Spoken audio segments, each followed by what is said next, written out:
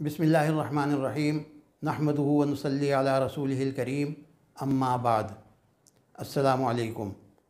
آپ دیکھ رہے ہیں دادا اسلامک چینل اور میں ہوں عزیز الحسن۔ ناظرین اکرام، دور صحابہ میں لڑی جانے والی جنگ یمامہ اس وقت تک کی خوفناک ترین جنگ، جس کے اندر 1200 صحابہ اکرام نے جام شہادت نوش کیا۔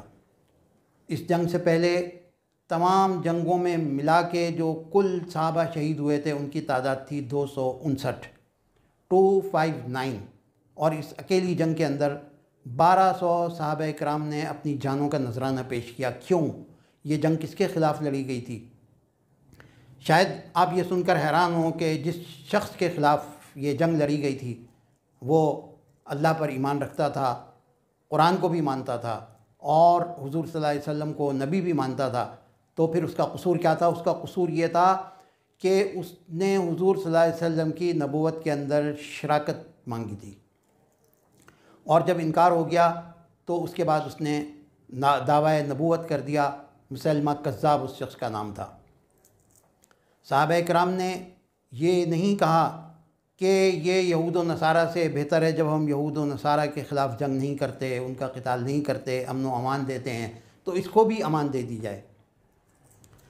تو انہوں نے لڑنا اور اپنی جانوں کا نذرانہ پیش کرنا قبول کیا، اور اس کی سنگینی کا اندازہ آپ اس بات سے لگائیے کہ حضرت وحشی رضی اللہ تعالی عنہ اس وقت مسلمان نہیں ہوئے تھے۔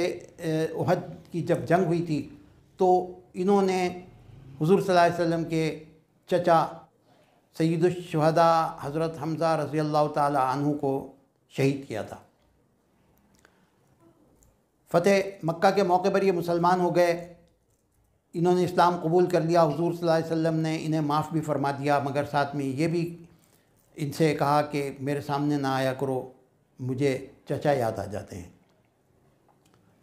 ان حضرت وحشی رضی اللہ تعالیٰ عنہ نے مسلمہ کذاب کو قتل کیا، اسے کیفر کردار تک پہنچایا، اور یہ اتنا بڑا کارنامہ تھا ان کی نظر میں کہ اس کو وہ سمجھتے تھے کہ جو مجھ سے وہ غلطی ہوئی تھی زمانہ قبل اسلام، یعنی اسلام قبول کرنے سے پہلے، یہ اس کا گویا کفارہ ہو گیا۔ تو یہ جنگ تھی اور یہ مسلمانوں کا کردار تھا اس وقت۔ تو اس تمہید کے بعد اب میں آپ کو یہ کلپ سنانا چاہتا ہوں، یہ آپ کلپ ملاحظہ فرمائیے۔ اور میرے پاس کچھ قادیانی بھائی کچھ عرصہ پہلے آئے تھے، اور ظاہر ہے کہ میں یہود و نصارہ سے بدتر نہیں ان کو سمجھتا، بالکل کلیئر کٹ میں اپنی ویڈیوز میں بھی کہتا ہوں، اس لیے کہ وہ قرآن کو مانتے ہیں، بخاری مسلم کو مانتے ہیں۔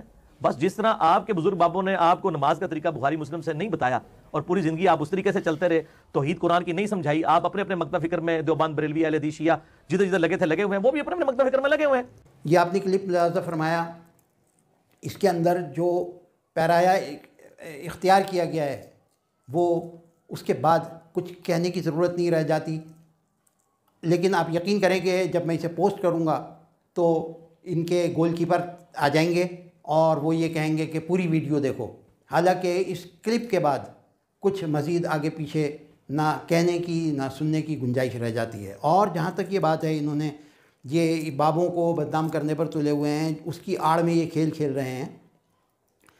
تو انہوں نے فرمایا کہ بخاری اور مسلم سے نماز پڑھنا نہیں سکھایا بابوں نے۔